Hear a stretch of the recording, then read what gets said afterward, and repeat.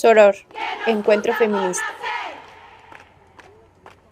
Y nuestro castigo es la violencia que ya ves.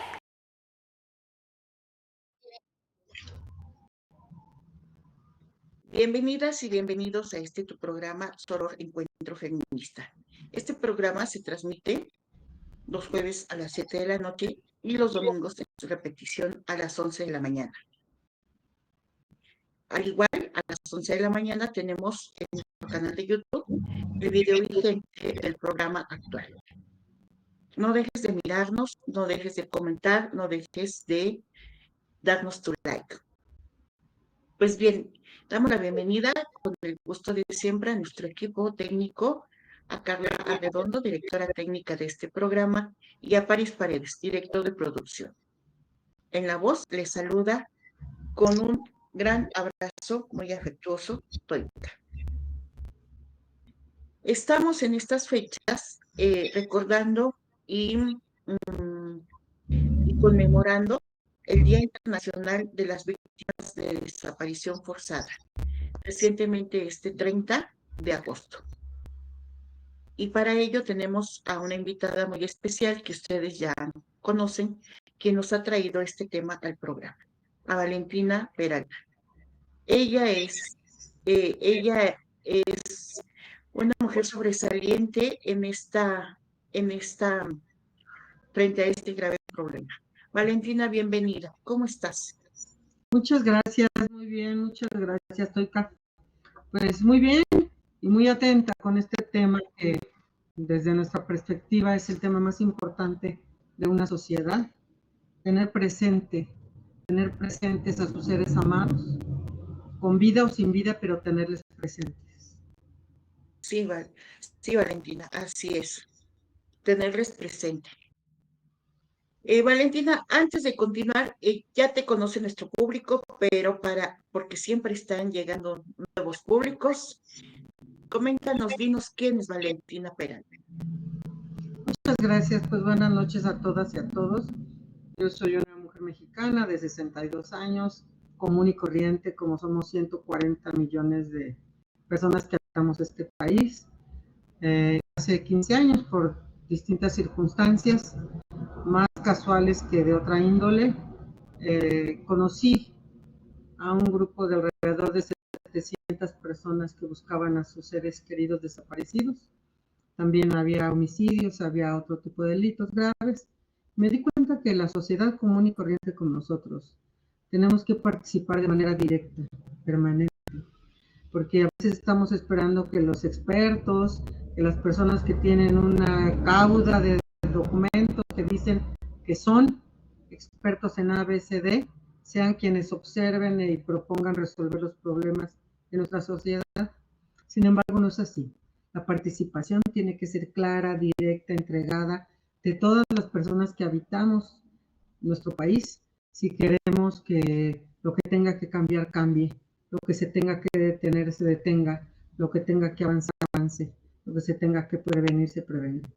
Entonces, pues, hace 15 años, los azares de las circunstancias de la vida me llevaron a esta cercanía con los grupos de víctimas de delitos graves y me di cuenta que tenía la responsabilidad de participar. Y de ahí para acá, pues bueno, hemos estado en constante atención, seguimiento, asistencia, acompañamiento, sobre todo capacitación, porque si bien los papeles no nos dan el conocimiento, la verdad es que el conocimiento especializado es indispensable. Entonces, sin que eso nos lleve a ser expertas en nada, pues somos unas personas ciudadanas, como millones, que tomamos la decisión de aprender un poco más de lo que la vida cotidiana nos ofrecía y nosotros nos enfocamos sobre todo en asistir y acompañar y desafortunadamente después ya nos tocó nuestra propia familia después de años pues buscar un ser amado desaparecido y en esas tareas hemos estado todo este tiempo realizando 4 actividades fundamentales. Una es el seguimiento ministerial, que implica búsqueda e investigación. El otro es la asistencia a las familias, que implica gestionar ante las autoridades responsables toda la atención médica, psicológica, emocional, y también ofrecerles, acercarles capacitación gratuita necesaria, indispensable para que exijan y luchen por la justicia, por la verdad. El tercer punto es la incidencia en la política pública, porque lo que uno va recorriendo en este camino va recogiendo frutos de conocimiento y vas pensando cómo se pueden hacer las cosas de mejor manera. Y entonces hay que decírselo a alguien, a quienes toman las decisiones en este país. Entonces hacemos incidencia en el legislativo, en el ejecutivo, en el judicial. El judicial siempre ha estado muy cerrado, pero hemos intentado y ahora parece estar un poco más abierto. Eso esperamos y si no se da, lo vamos a abrir. Y la cuarta actividad es la prevención y la conciencia ciudadana, porque consideramos que en el momento que como personas ciudadanas tomamos conciencia de la gravedad de esta tragedia, nos solidarizamos, tenemos pues esa compasión y esa preocupación por el sufrimiento del prójimo, automáticamente adquirimos información que previene que no seamos nosotros los siguientes.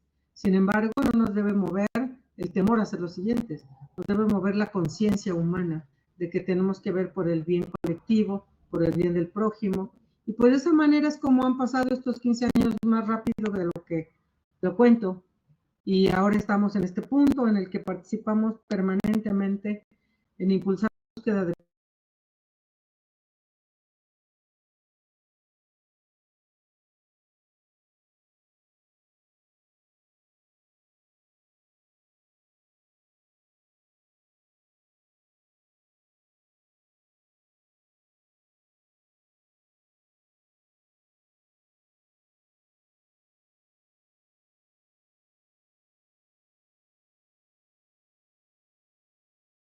un diplomado para aprender a hacer documentales, porque consideramos que toda esta información que hemos recogido en 15 años tiene que difundirse.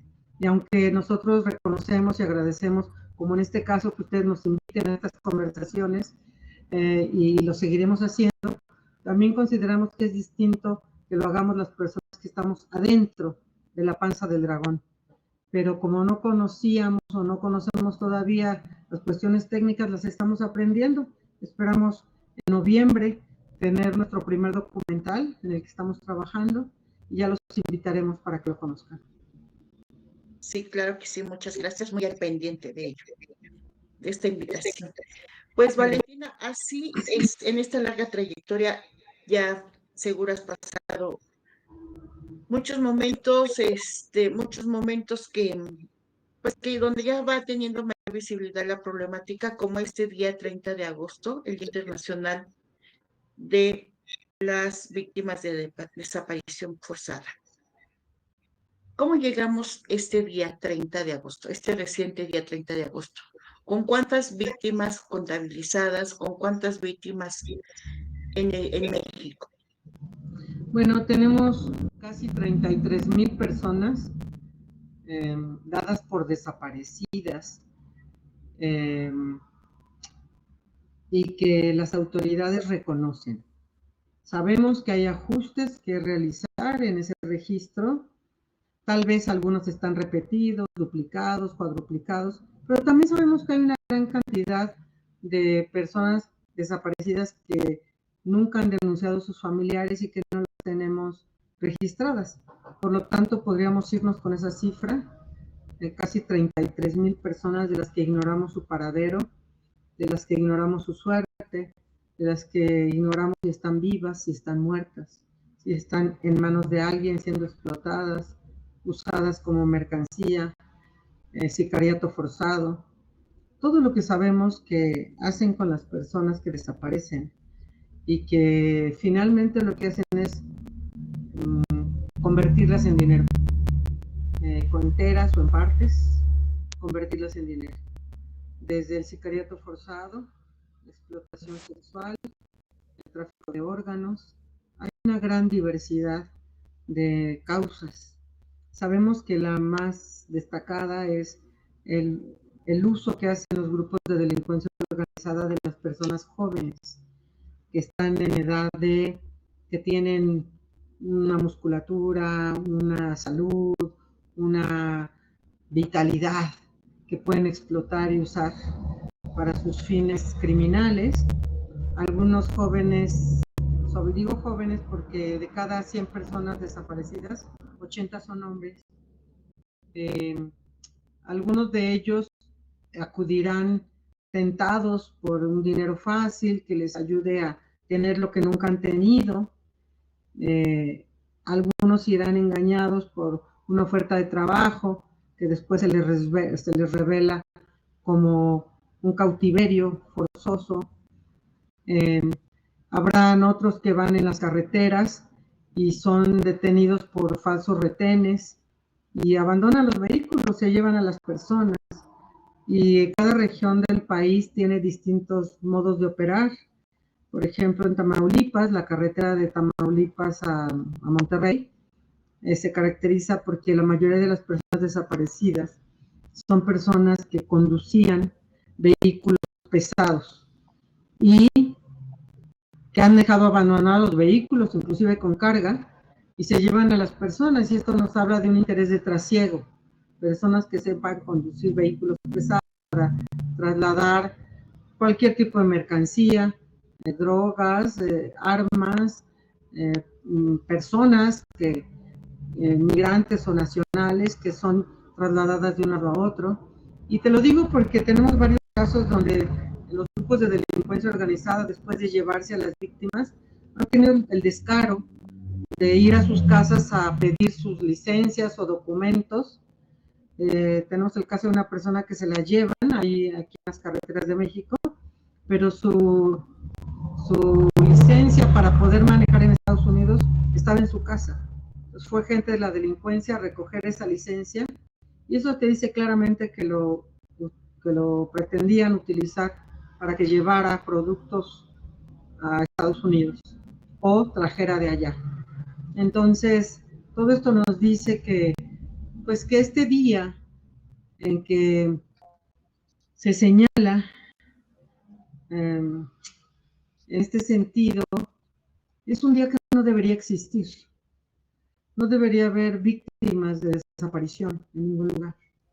Y México tiene la peculiaridad de que distinto a otros lugares donde hay guerras, donde hay confrontaciones religiosas, donde hay represión gubernamental, a diferencia aquí en México es tan diversa la posibilidad de que una persona desaparezca, los motivos, inclusive personas que pelean por una herencia, pues quitan a alguien para no repartir la herencia, personas por asuntos amorosos desaparecen a su pareja que les estorbaba, personas con asuntos de violencia, padres o madres que desaparecen a sus hijos y luego aparecen sepultados en su propia casa, hombres que cometen feminicidio y desaparecen el cuerpo, lo ocultan, porque una característica de este delito es la intención de ocultamiento. Entonces, pues es tan diverso y tan terrible lo que sucede en México, las motivaciones, que nos damos cuenta que no existe una sola estrategia para evitarlo, como en los otros casos que te digo, pues es un asunto de guerra, un asunto de confrontación, sabemos de dónde viene el riesgo, pero aquí no. Aquí cualquier persona que podemos salir a la tienda de la esquina podemos no regresar. Y puede ser por todo tipo de motivos. Pero entonces, ¿por qué sucede esto? ¿Y sabes por qué? Porque la capacidad desarrollada de las instituciones no ha crecido al ritmo que ha crecido la delincuencia, que ha crecido la desaparición. Entonces, un agente del Ministerio Público, por mucho que tenga entrega y compromiso a su trabajo, si tiene 300 carpetas de investigación, humanamente va a ser imposible que las atienda con eficacia y con eficiencia. Y si a eso le sumas que no tienen suficiente policía de investigación ni peritos, pues un Ministerio Público en su escritorio es poco lo que va a poder hacer. Lo único que va a poder hacer es en algún momento recibir la sanción por las quejas que coloquen los familiares en una comisión de derechos humanos, en un espacio internacional. Por cierto, acompañados y empujados por las ONGs que bastante dinero ganan en esas gestiones, y que pareciera que es su principal interés, el prestigio, la fama y el dinero que reciben de los espacios que meten proyectos y bajan recursos. Y las familias sintiéndose desamparadas, toman esto como una ayuda muy importante, van, se quejan, el organismo internacional sanciona al Estado mexicano, el Estado mexicano le reclama al fiscal, el fiscal le reclama a sus fiscales especializados, a sus órganos internos de control, sancionan al Ministerio Público, lo inhabilitan, lo corren, y todas sus carpetas se tienen que repartir entre otros ministerios públicos que ya no tienen 300, tienen ahora 305, y así nos vamos.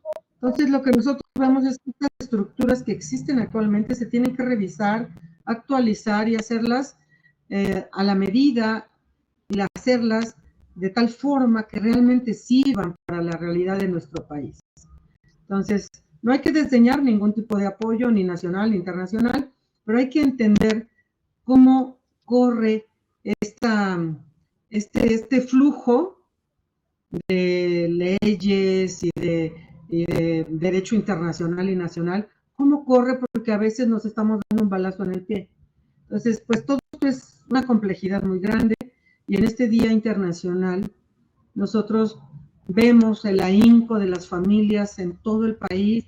Nosotros estamos en muchos grupos de WhatsApp y de otros, y todas las familias hacen su esfuerzo hasta en el poblado más pequeño, porque el amor de las madres, de los padres, de las hermanas, los hermanos, no tiene que ver con que estés en un espacio urbanizado, el dolor es similar y tal vez mayor en un lugar donde tienes menos espacios donde puedas hacer gestión, donde puedas entender que hay alguien que está haciendo una investigación o que debería estarla haciendo, alguien a quien reclamarle, alguien que no sabe que hay instituciones que tienen obligación de pagarle sus viáticos para que vaya a revisar su carpeta de investigación, y están consumiéndose solos en estos espacios alejados.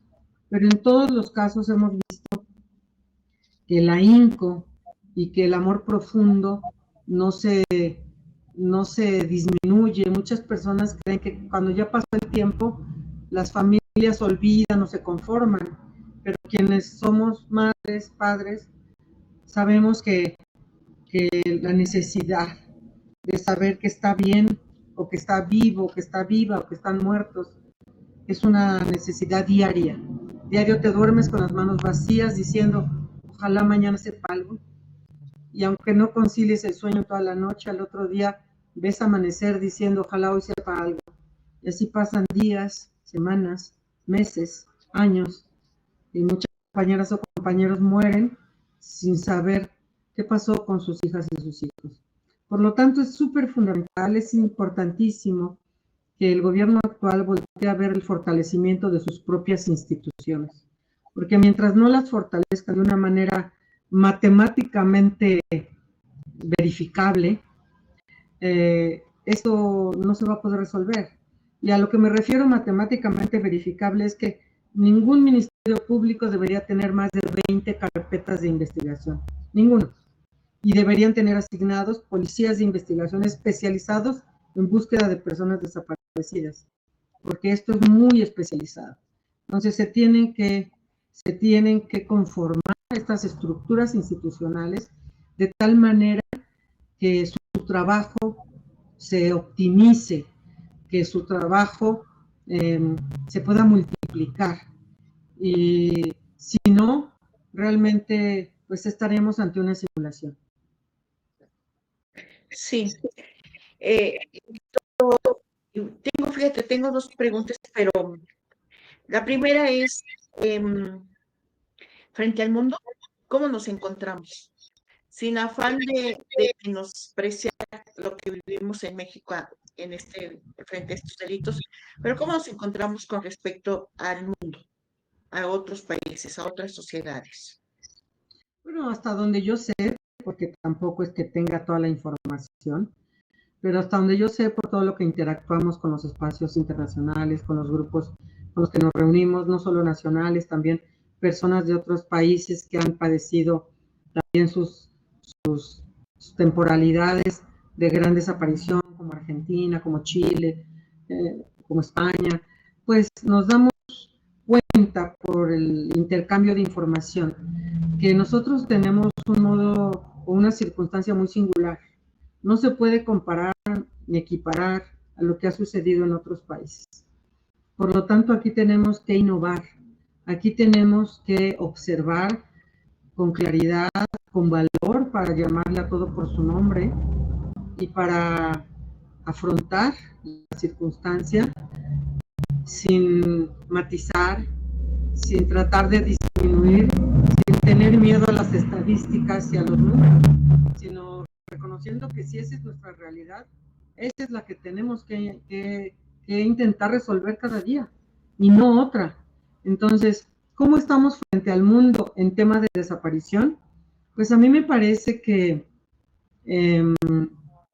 depende quién lo vea y qué intenciones, con qué ojos lo vea. Indiscutiblemente habrá aliados, personas y grupos aliados de conciencia que volteen a ver a México, pues sí, con preocupación, pero con mucho ánimo de colaborar en todos los sentidos, inclusive donando equipos de identificación forense, mandando a sus técnicos, sus científicos a apoyar. Pero no perdamos de vista que México es un país ubicado estratégicamente y que algunos países, sobre todo los que controlan el mundo, pues les conviene que países como el nuestro sigan dependiendo de ellos en todos los sentidos, inclusive en su reputación. Entonces, se ha dicho últimamente desde la ONU, el Comité contra las Desapariciones Forzadas ha dicho que en México la desaparición actualmente es generalizada y sistemática. Y eso es mentira. Es verdad que hay muchas desapariciones, como te digo, por muchas razones, pero no podemos decir que el gobierno, en noche y niebla, que el gobierno, como en Argentina o en otras dictaduras que hemos conocido en el mundo, son los que desaparecen de una manera estructurada, estratégica, y que sus opositores políticos son jóvenes, personas jóvenes que quieren un cambio en su sociedad y que por eso los desaparecen, los matan y no se sabe de ellos.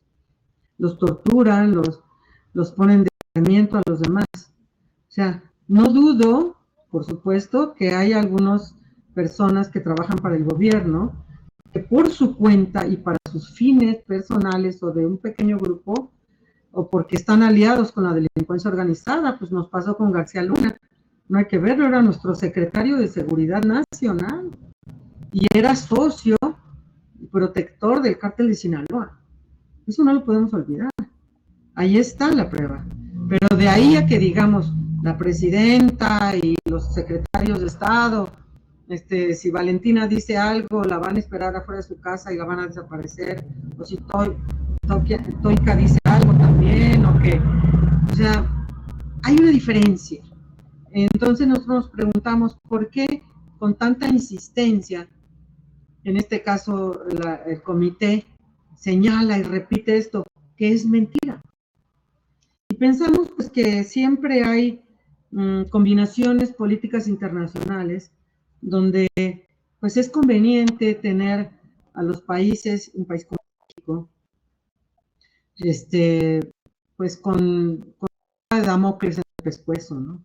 Pues yo creo que tenemos que ser muy observadores, muy analíticos, darnos cuenta que, por ejemplo, en ese comité hay de los integrantes, que son pocos, hay una persona de Perú, hay otra persona de Ecuador, o sea, países con los que ha habido raspones con el gobierno mexicano, y que no pensamos que estemos tan equivocados de que hay una intencionalidad de, pues si no pegas por un lado, pegas por el otro, ¿no?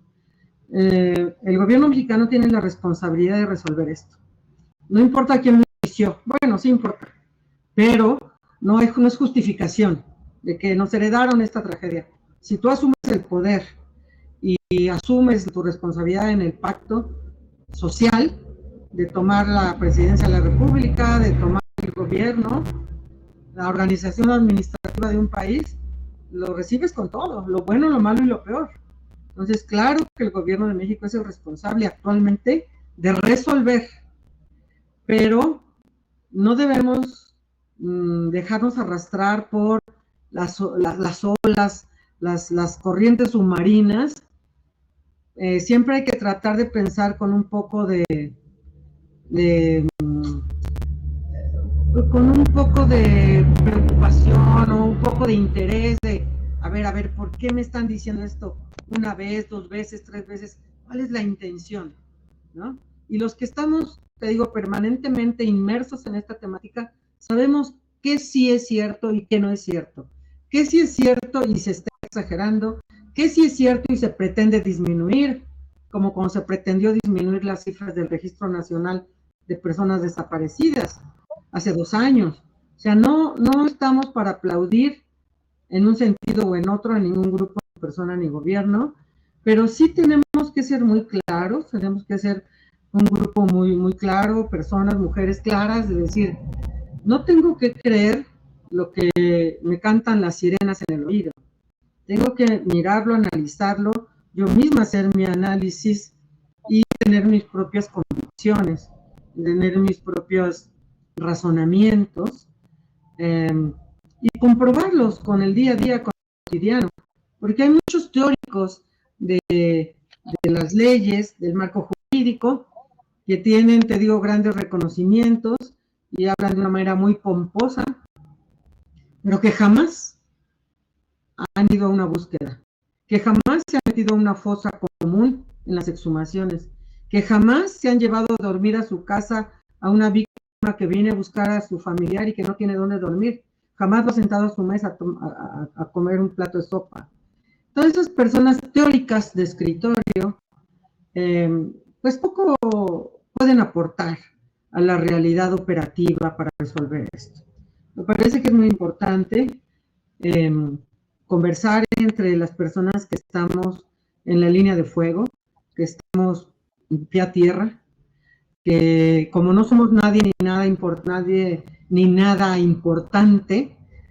en este estatus social, la mayoría de las personas y grupos y servidores públicos no fingen delante de nosotros.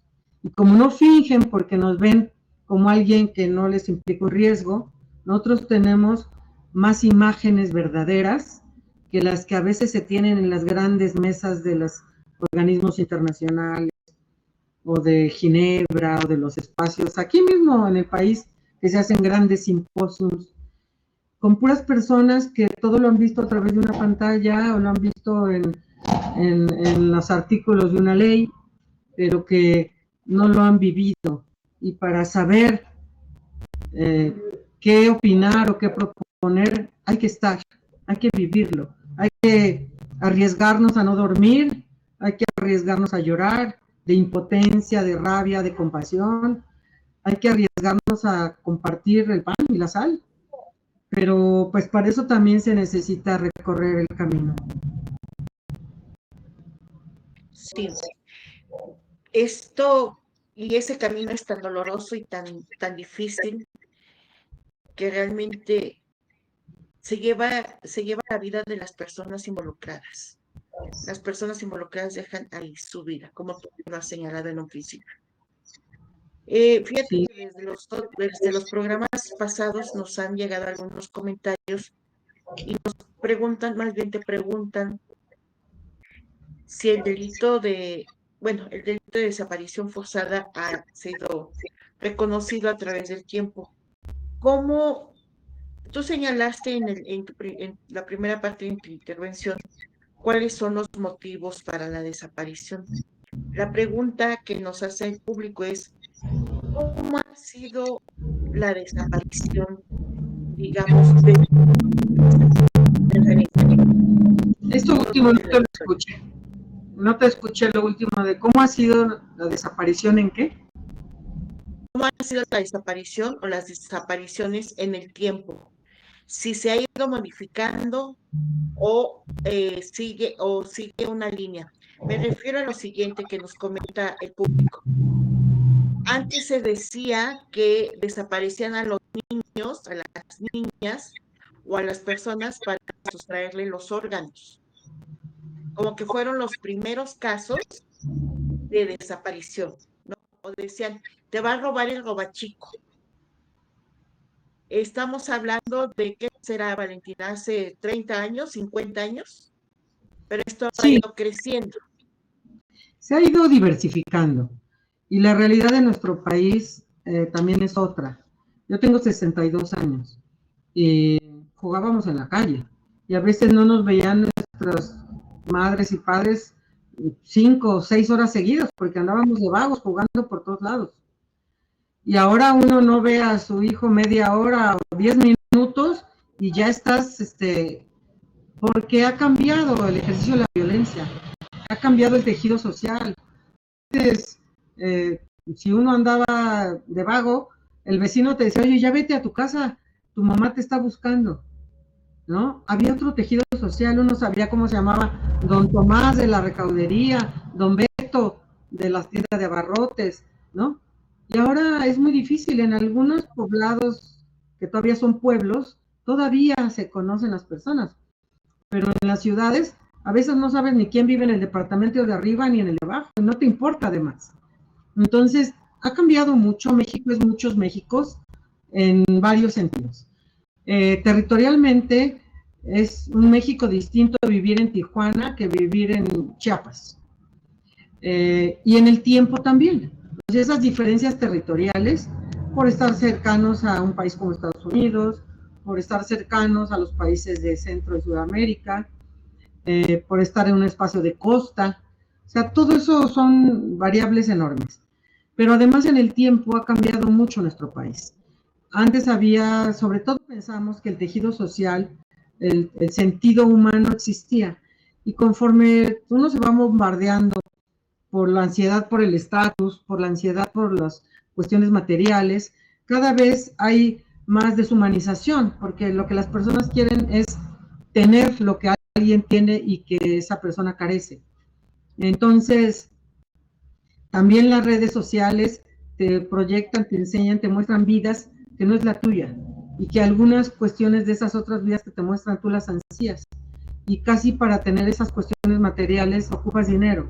Y si alguien te ofrece dinero fácil, pues te ocurren cosas, y si luego hay algún vecino, amigo que ya le salió bien, un jale, como ellos dicen, pues te empiezan a entusiasmar, y si vas y te sale bien también a ti y ya traes unos pesos de más, pues te das cuenta que pues es un modo de vida.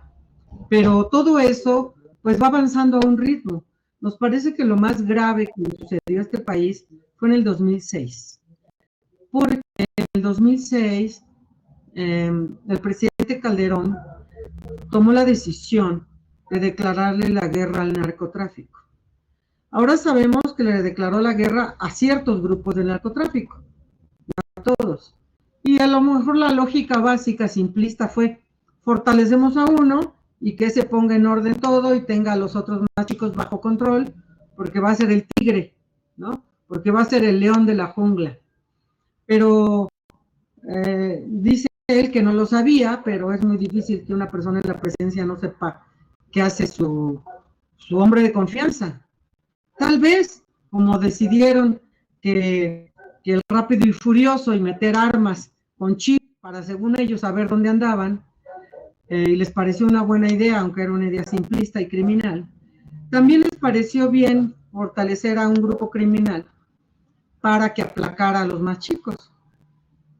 Y entonces este grupo criminal, para fortalecerlo, ¿qué necesitaba? Además de dinero y permiso para el trasiego, para la siembra, para todo lo que se dedicaban.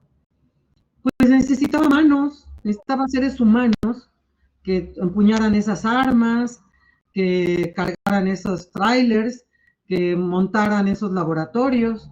Y los seres humanos, pues no los puedes sembrar en un almacén, los tienes que ir a traer de algún lugar.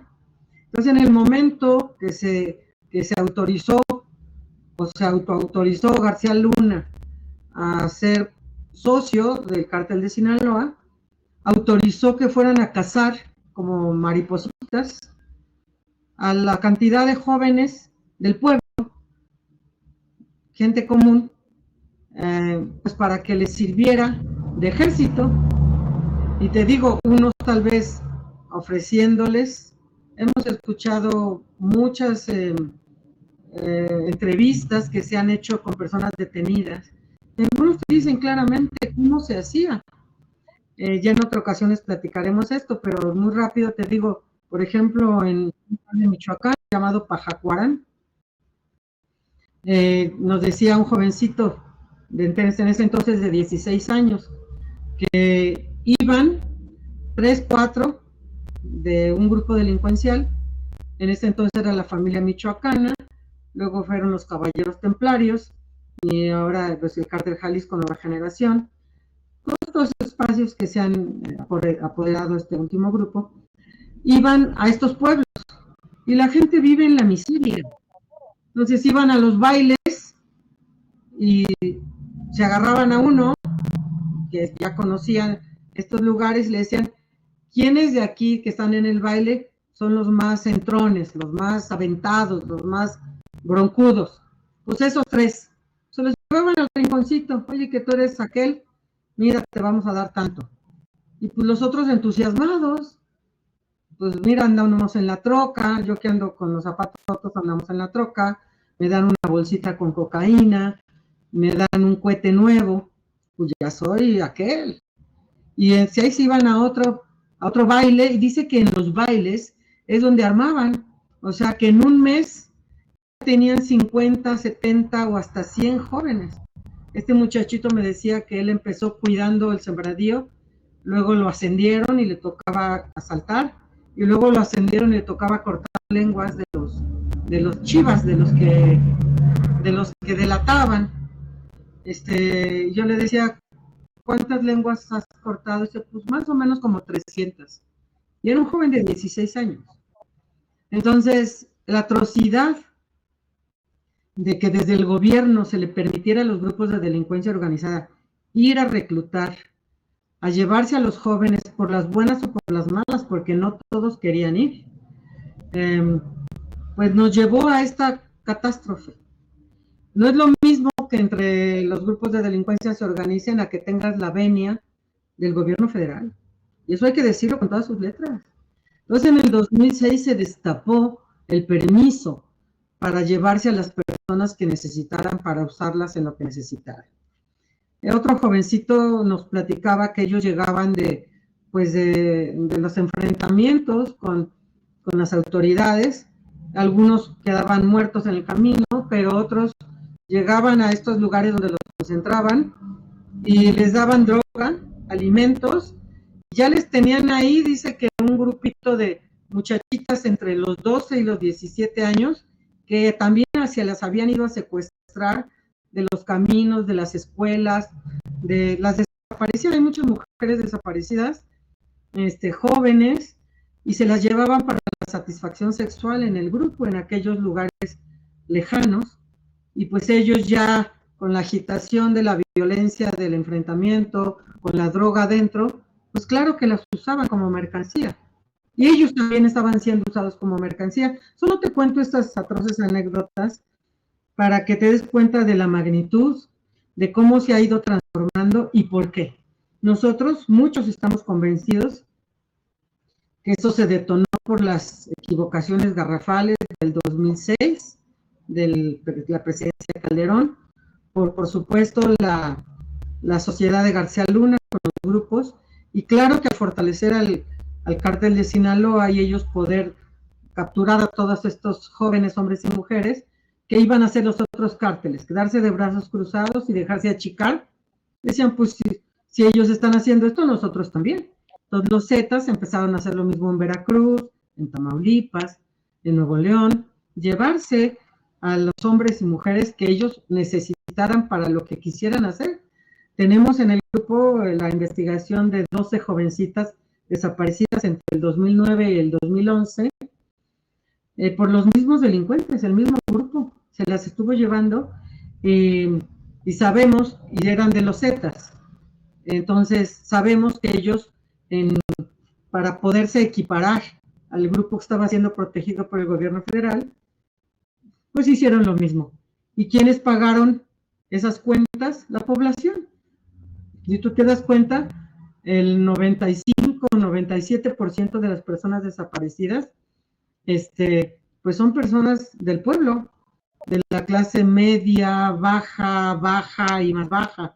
Hay algunos casos de personas con otro nivel socioeconómico, pero son los menos, son los que quedan en ese 5%. Todos los demás son personas que las mismas autoridades dicen, ¿quién les va a hacer caso cuando vayan a denunciar? ¿Tienen para pagar un abogado? ¿Tienen para pagar un investigador? Finalmente son personas que no nos van a causar problemas porque es gente que no tiene los recursos ni las conexiones para hacer justicia. Entonces, toda esta circunstancia pues, fue avanzando de una manera muy vertiginosa del 2006 al 2012-13. Tenemos casos en Piedras Negras, en Nuevo León, donde los responsables, los directores de los penales, los dejaban salir al anochecer a hacer sus tropelías y los recibían en la mañana, nada más como hotel de día, y ahí mismo tenían inclusive sus espacios de tortura y de asesinato de las mismas personas que las metían, los penales eran como su búnker de los grupos de delincuencia organizada, todo muy podrido.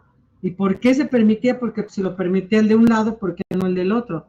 Y dime si eso no lo sabía el gobierno federal. Cuando matan 300 personas en Allende, en Coahuila, y las desaparecen, y llegan con maquinaria pesada a destruir las casas, ni modo que no lo supiera el gobierno federal.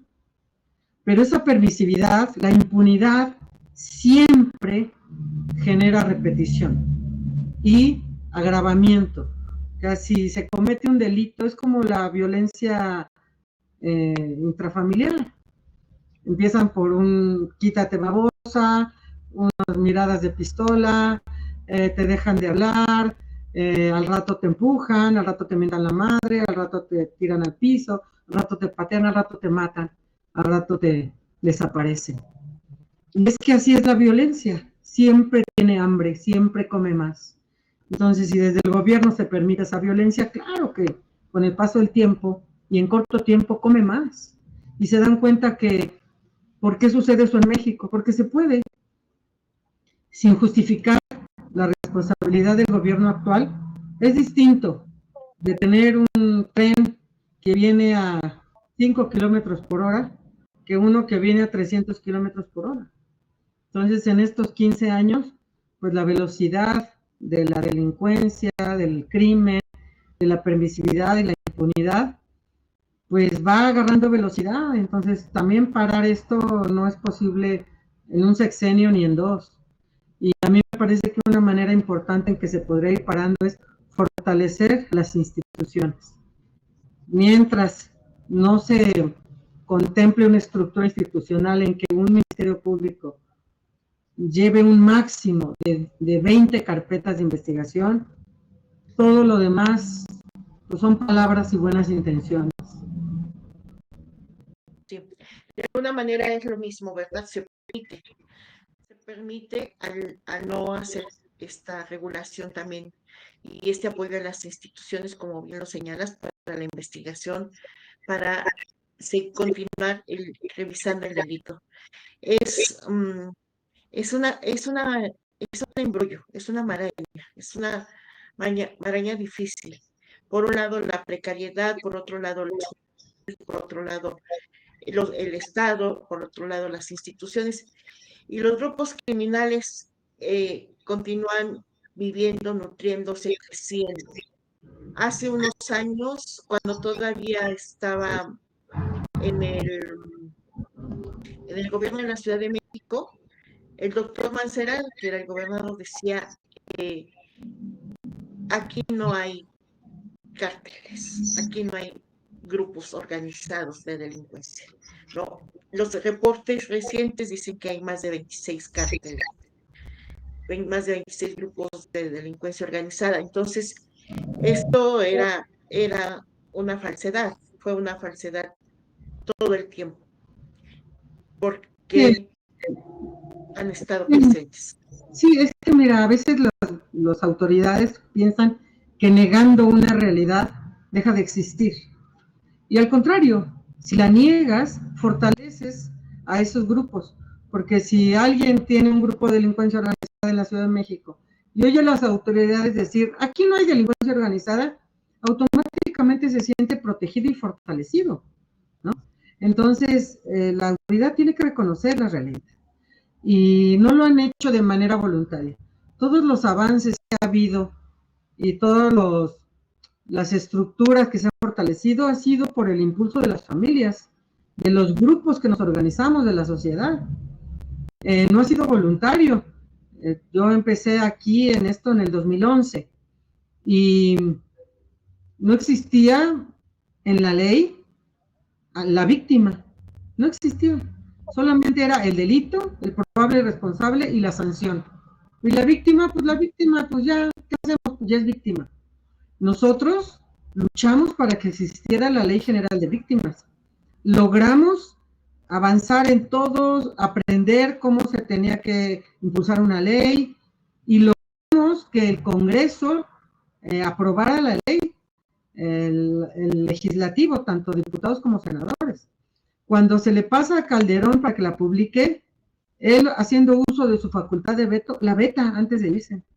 Fíjate, después de que él y su gobierno, su secretario de Seguridad, nos metieron en esta tragedia, todavía tienen la falta de humanidad, de decir, bueno, pues ya lucharon todo este tiempo para que tengan una ley, pues yo antes de irme, días antes de irme, la veto. Y ahí se ven, se quedan colgadas de las brochas las víctimas. Es una desvergüenza, es una cosa muy atroz, es una responsabilidad terrible que debería ser pagada. Pero aún así, seguimos impulsando y logramos la aprobación de la Ley General de Víctimas. Pero nos dimos cuenta en el camino que lo que no es un tipo penal, no se le dota de presupuesto para que sea una estructura y se atienda ese delito. Esa conducta que se llama delito porque entonces en la ley existe como un tipo penal. No, la desaparición no era un delito. En ese entonces había en algunas entidades tipificada solo la desaparición forzada, que en nuestra idea de sentido común creemos que todas las desapariciones son desapariciones forzadas porque se los llevan a la fuerza. Pero ese significado simple de sentido común es muy distinto al significado jurídico.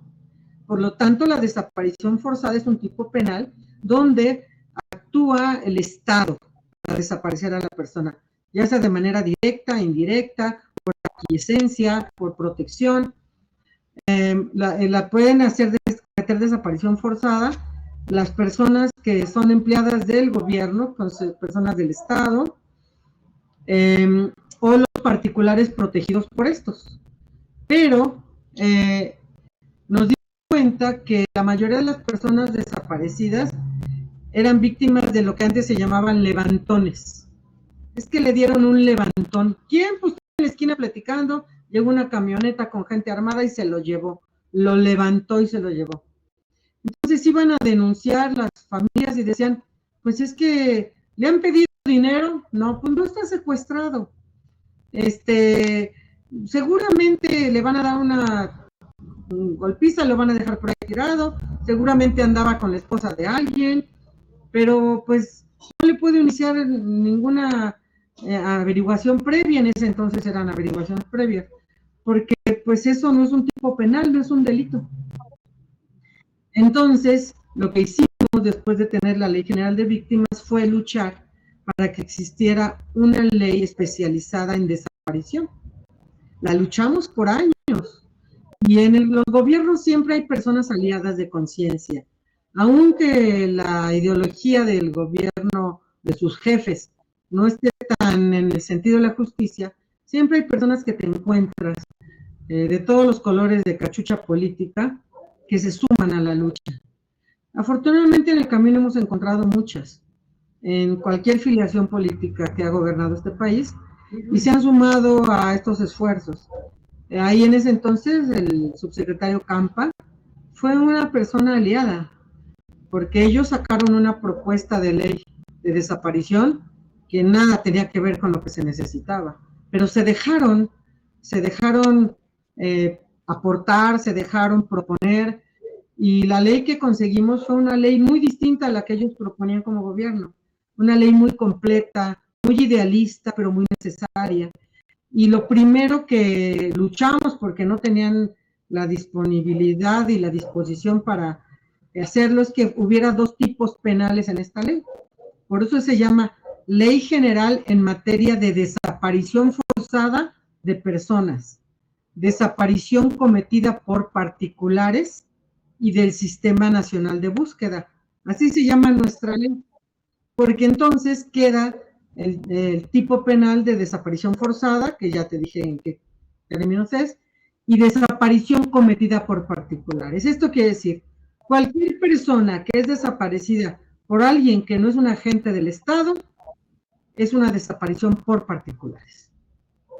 Y es una ley que no es muy grande, pero sí es muy amplia en cuanto a conceptos, porque la construimos arrastrando el lápiz, sentados 3, 4, 5 veces a la semana, horas, diciéndoles, este es el problema, esto es lo que necesitamos. Y los expertos traduciéndolo en términos jurídicos, y volverlo a leer y volverlo a analizar hasta que llegamos a esto. No, a la ley que ahora tenemos, no es que esté perfecta, siempre hubo cosas que no pudimos lograr que se autorizaran, pero apenas el 18 de junio la presidenta envió una iniciativa que ella había mandado en marzo, pero a la hora que la mandó al legislativo, pues dijimos, oigan, déjanos ver qué es lo que estás proponiendo. Y entonces detuvo el proceso, y durante abril, mayo y junio nos estuvimos reuniendo con la secretaria de Gobernación. Yo, sin temor a equivocarme, más de 100 reuniones con colectivos de todo el país. Hicimos casi 600 propuestas, y de la iniciativa que había enviado la presidenta, se hicieron muchas modificaciones. Y realmente lo que se presentó en junio fue algo mucho más amplio y que tocaba ciertos temas que no se habían previsto en marzo. Pero tampoco fue iniciativa de este gobierno ni de los anteriores. Podrán tener, como en este caso, una primera iniciativa, pero el trabajo de las personas que estamos pues en la sociedad, en las calles, en el metro, y nuestra visión y nuestra experiencia fue lo que nutrió estas iniciativas y las mejoró. Y entonces nos vamos al punto de la ley, que es un punto fundamental, y más en estos momentos de nuestro país en que ahorita está el proceso para que la presidenta nombre a la siguiente persona titular de la Comisión Nacional de Búsqueda. ¿Y por qué es tan importante esta comisión? Porque es el corazón operador de esta ley que te platico, que nos costó lágrimas y sangre, porque varias de las familias, madres y padres que empezaron en esta ley, en el camino murieron. Mueren porque dejan de atender su salud, porque no duermen, porque tienen el cortisol a todo lo que da, porque se enferman de diabetes, de hipertensión, de 1000 cosas, y no les resiste el cuerpo. Y entonces esta ley se construyó con todo esto, y por eso es tan importante que esta ley se implemente, porque aunque se publicó en noviembre del 2017, realmente empezó su vigencia en enero del 18. Y en enero del 18 estábamos en un año electoral, donde lo menos que le importaba a los que tenían el gobierno en ese momento, era Peña Nieto, pues era implementar una ley que muy seguramente ellos ya no iban a operar. Y entonces, pues casi el 18 fue tiempo perdido. Claro que nos empezamos a reunir con Encinas y con la gente que sabíamos que iba a llevar estos temas. Una vez que se ve que ganó López Obrador, pues nos reunimos con su equipo de transición. Y entonces prácticamente esta ley, todo 18, pues no se implementó porque el poder se tomó hasta el 1 de enero. Y luego había que nombrar una persona titular. Luego había que pasar de la letra escrita a los hechos, a la estructura institucional, a construir las instituciones que la ley mandataba. Y entonces ha sido estos años, o sea, desde el 2018 a la fecha, estos 7 años han sido de construcción y de implementación, y todavía no terminamos. Y empezamos a implementar algo y cambia la realidad y tienes que cambiar lo que estabas haciendo, reenfocarlo, mejorarlo. Y luego, si pones de titulares a personas que no saben, pues peor, porque lo que se había avanzado se va para atrás. Estos últimos 2 años han sido prácticamente tiempo en la Comisión Nacional de Búsqueda. Alguno que otro avance, pero en realidad algunos no solo no avanzó, sino se retrocedió. Por eso es tan importante que este proceso que se echó a andar el día 8 de agosto, culmine de una manera positiva. El 8 de agosto se publicó que se iba a emitir la convocatoria para nombrar a la siguiente persona titular. Actualmente está la maestra Reyes, que pues seguramente se esforzó muchísimo y no durmió y prácticamente se sacrificó, pero pues quien la puso, que fue un error de López Obrador, por lealtades políticas, pues puso una persona a sufrir porque ella no tenía experiencia, los conocimientos, inclusive las maneras. Fue muy difícil. Entonces yo era consejera nacional ciudadana, junto con otras 12 personas, e interactuábamos directamente con la Comisión Nacional de Búsqueda, y la verdad es que no había entendimiento de qué se trataba la comisión. Como decimos, la aventaron sin fusil, y pues pobre compañera, pero la verdad sí le fue muy difícil, le fue muy difícil para ella y para nosotros. Y entonces ya se avisó que ella presentó su renuncia, el día 8 se avisó que se iba a enviar la convocatoria, el día 13 se publicó la convocatoria, la misma ley general establece que aunque el nombramiento lo hace la presidenta de la República, tiene primero que iniciarse con un proceso de convocatoria para que la sociedad civil postule, que son colectivos de personas desaparecidas, personas o organizaciones de la sociedad civil expertas en derechos humanos y personas expertas en la materia. Estos 3 perfiles son los que podemos postular. Se hizo la postulación que cerró el día 19. Este día 19 que cerró, vimos que la mayoría habíamos postulado a la maestra María Sol Berenice Salgado Ambrós, como una persona que muchas confiamos en ella. Un día antes de que se terminara este periodo de postulación, que fueron 7 días, alguien postuló a la maestra Marta Lidia Pérez Gumersindo, que es la actual fiscal especializada en desaparición en la Fiscalía General de la República, una excelente servidora pública, extraordinaria, como la maestra Sol Salgado, también es extraordinaria. Nosotros pensamos que la persona que más sabe de búsqueda en el país es Sol Salgado Ambrós, y la persona que más sabe de investigación de desaparición es la maestra Marta Lidia Pérez Gumersindo. Las dos son expertas en lo suyo y necesitamos a las dos porque el trabajo de búsqueda está íntimamente ligado con el de investigación. Es indisoluble su unión. Si nombran a la maestra Marta Lidia, pues pensamos que nos va a hacer falta en la fiscalía, pero sabemos que desempeñaría un buen papel porque ella conoce cómo se mueve la vida interna de las fiscalías, de las 32 fiscalías de cada entidad federativa, y los fiscales de las entidades la reconocen como una autoridad en la materia y no podrían evadirse ni, como decimos, peluciarla, sino que ella se entiende pues que tendría el apoyo del fiscal general, o sea, de la FGR, tendría el apoyo de la CEGOV, y eso la haría muy fuerte, pero nos haría falta en la fiscalía. Fíjate que esto que está relatando es de suma importancia, cómo se requiere la participación, esta participación tan comprometida también y de manera un tanto plural. Fíjate, al respecto, creo que estamos en una situación muy interesante, por lo tanto queremos pedir que continuemos en una siguiente emisión de este programa de Sorope. estamos en este proceso, ¿no? En este proceso de la elección. Por lo pronto, tenemos que dejar el programa, pero quedas invitadísima para continuar con con esta información que nos vienes proporcionando, tan importante en estos momentos para México y para la ciudadanía, para todos, para las instituciones sobre todo. Sí, pues Valentina, es un gusto tenerte aquí.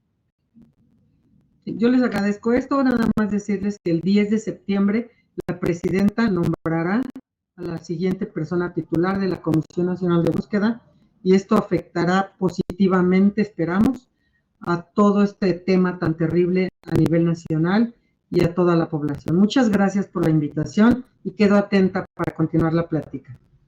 Sí, Valentina, muchas gracias. Seguramente en estas fechas del 10 de septiembre te vamos a pedir que nos acompañes en este programa para que continuemos revisando la situación, el tema, esto que nos afecta a todos y a todas. Pues bien, es un gusto tenerles en este programa. Nos despedimos con mucho afecto, con mucho cariño de Valentina Peralta. Así también despedimos al equipo de producción, a Carla Arredondo, directora técnica del programa, a París Paredes, director de producción, y en la voz se despide Héctor. Hasta pronto.